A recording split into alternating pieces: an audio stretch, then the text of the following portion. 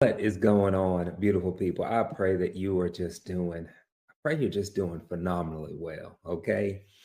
So on this video, what I want to talk about is what should you expect as a new real estate investor? And so I recently uploaded a video where I was talking about setting expectations with the sellers. But later on that day, it kind of trickled into a conversation that I was having with somebody over social media.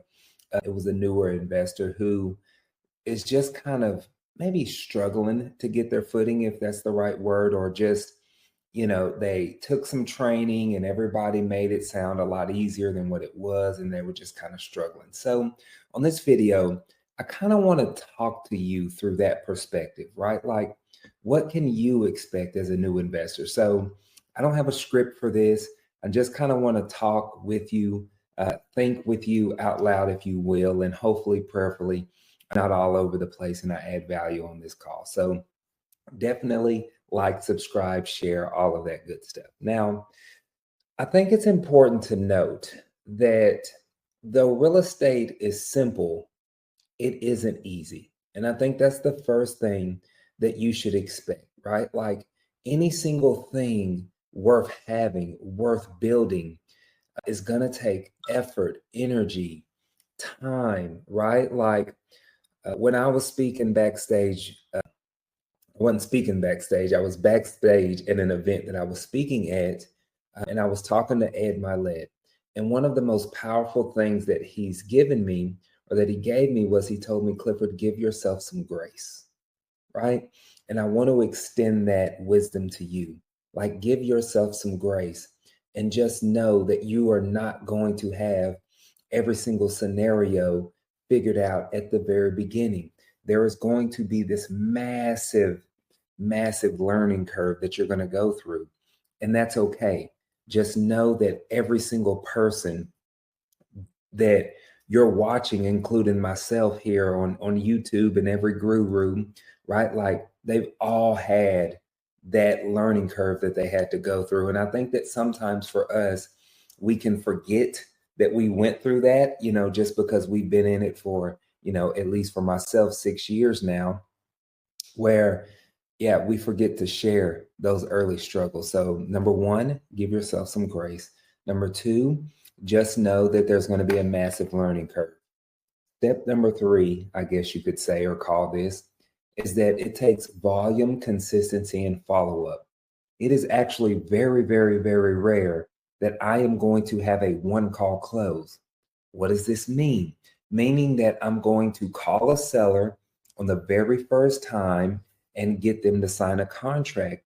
There is a lot of volume, consistency, and follow up that goes along, because I have to build likability and trust. Okay. Let me break these down even further. When I talk about volume, like, let's say, for example, when we're doing cold calling, well, we're going to call, you know, and have 90 to 100 conversations with sellers before we have a closed deal, money in the bank. And so what ends up happening with so many new investors, right, is that they've talked to 40 or 50 people and they heard 40 or 50 no's, and they feel like, oh, well, this doesn't work. It only works for Clifford, or it only works for this guy or that girl, right? And no, that's not the case. You just have to have the persistence. You have to keep being told, or be okay with being told no, right? To get to that person that God is putting you before, in front of, so that you can serve and be a blessing to them. So that's extremely important. And then also the level of consistency, right? I'll think about when I first started, and this will kind of give you like the mindset that I was in. Like, I was sitting and driving, I was driving trucks at the time, and I would be sitting and driving on my phone 10, 11 hours a day, every single day, every single day. Yes, on Sundays too. Yes, on weekends. Like, I was hammering the phones, but I was having so much volume, so much consistency, right? To where it landed me 6 deals my first month once I got connected, right? With my coach and my mentor. Like, I had the blueprint and I was off to the races.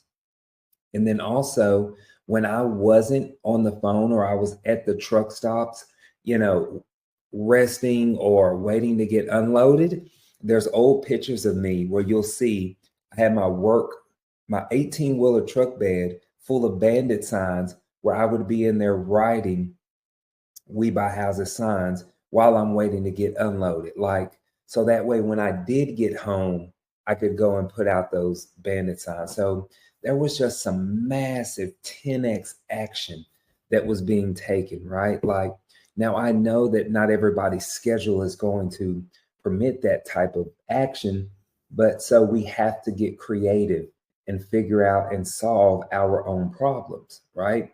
And figure out how can we still create the volume without having to do so much manual labor, I guess you could say, right? Can you hire cold callers? Can you put people in place? Could you put systems in place that can start to automate these things for you? And that's what's beautiful about actually doing real estate now, because there's so many different platforms and softwares to where you can automate these things, right? And that's another thing. Remember, your job is to solve problems. You are a problem solver. Problems equal opportunities. You don't run from problems, okay? You figure out how to solve them, whether for yourself or whether for your sellers, okay? You just have to remember that, okay? Uh, nobody calls a fireman when there's no problem, right? That's his job, to come put out fires. So think about that. Like, nobody's going to be calling you typically if there's no problems to put out, especially as you start to build a team and grow a team. I see so many people who reach out to me and they're like, Clifford, this property has liens on it. Should we just move on?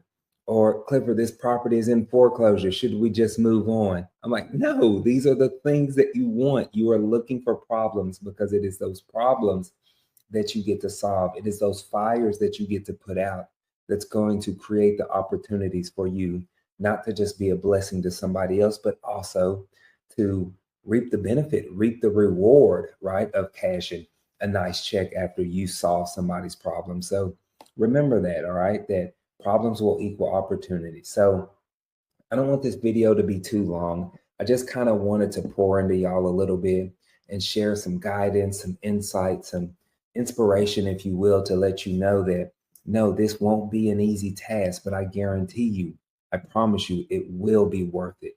It can be worth it.